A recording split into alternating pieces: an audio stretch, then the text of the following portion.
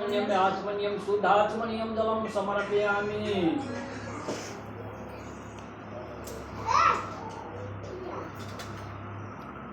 गर्भ हेम बीजम विभूषितम अन्य पुण्यम फलम प्रदानम प्रदक्षिणाम पदे पदे। हाथ में अच्छा तो फूल ले लें। श्री गिरिजापति वंदिक्राजरण मध्य शिष्णाय कहत अयोध्यादास्तु मम अपरहंसाय। नंदी की सवारी नागकार अंगधारी नित्य संत सुखकारी लीलकंठ त्रिपुरारी हैं गले मुंडमालाधारी। सिर सोहे जटाधारी वाम अंग है बिहारी गिरिजा है सुकुमारी दानी बड़े भारी शिष सदा पुकारी काशीपति मंदनारी कर तीर शूलधारी। काला उपजारी लखी देव सुनिहारी जस गावे वेदचारी। वो हमारी रखवारी शुभ बैठे हैं विशाला पहरे भंग का पियाला नित रहे मतवाला। यही अंग पे चढ़ाए हैं गले सोहे मुंडमाला। कर में है डमरू विशाला रूढ़े मृग छाला भस्म अंग लगाए हैं। संग सूर भी सुत माला कर भक्त परत प्रतिपाला। मृत्यु हटते हैं अकाला शिष्य जाटा को बढ़ाए हैं कहे राम लाला।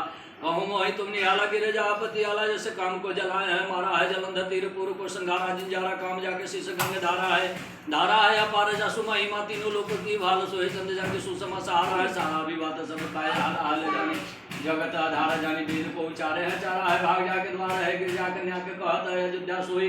मालिक हमारे हैं अष्टगुरु ज्ञानी जाके मुख पर वेद बखानी। शुभ भवन में भवानी जाके शुभ चार दिन है सुबोध कहत अयोध्या दास तुम शिव के विनय सनबुद्ध शिव शंकर की जय प्रार्थना पूर्वकम समर्पयामि।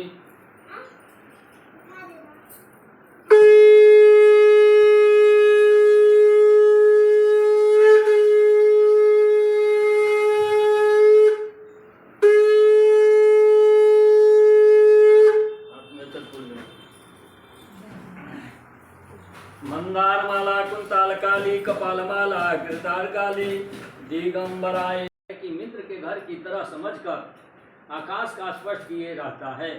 और उसके समस्त घर सौंदर्य केवल धुआं पीकर रही और 14 वर्ष तक सूखे पत्ते खाकर रही। माह के महीने में जल में खड़ी रहती थी और वैशाख के दोपहरिया में पंचअग्नि का तप करती थी। श्रावण के महीने में जल बरसता तो तुम भूखी प्यासी रहकर मैदान में बैठी रहती थी। तुम्हारे पिता इस तरह के कष्ट सहन को देखकर बड़े दुखी हुए। तब वे चिंता में पड़ गए कि मैं अपनी कन्या किसको दूं। और उसी समय नारद जी वहाँ पर आ पहुँचे। मुनि श्रेष्ठ नारद जी को उस समय जब तुमने देखने का योग थे तब नारद जी को देखकर गिरि ने अर्घपाग आसन देकर उनकी पूजा की और कहा कि हे स्वामी आप किस लिए यहाँ हैं। मेरा अहोभाग्य है आपका आगमन मेरे लिए अच्छा है। नारद जी ने कहा कि हे पर्वतराज सुनो मैं भगवान विष्णु का भेजा हुआ आपके पास आया हूँ। आपको चाहिए कि यह योग कन्या रत्न किसी योग वर को दे।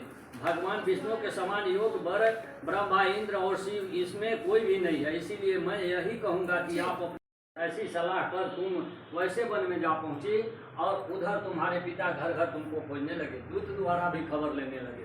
पवन देवता या किन्नर मेरी पुत्री को हरण करके ले गया है। उन्होंने मन ही मन कहा मैं नारद जी के आगे प्रतिज्ञा कर चुका हूँ कि अपनी पुत्री भगवान विष्णु को दूंगा। ऐसा सोचते सोचते हिमांचल को मूर्छित हो गए और तब गिरिराज को मूर्छित देखकर सब लोग ने हाहाकार करके दौड़ पड़े। जब होश हुआ तो सब पूछने लगे कि गिरिराज आपका अपनी मूर्छा का कारण बताइए। तब हिमांचल ने कहा आप लोग मेरे दुख का कारण सुनिए। न मालूम पवन मेरी कन्या को हरण करके ले गई है। ऐसा नहीं हुआ तो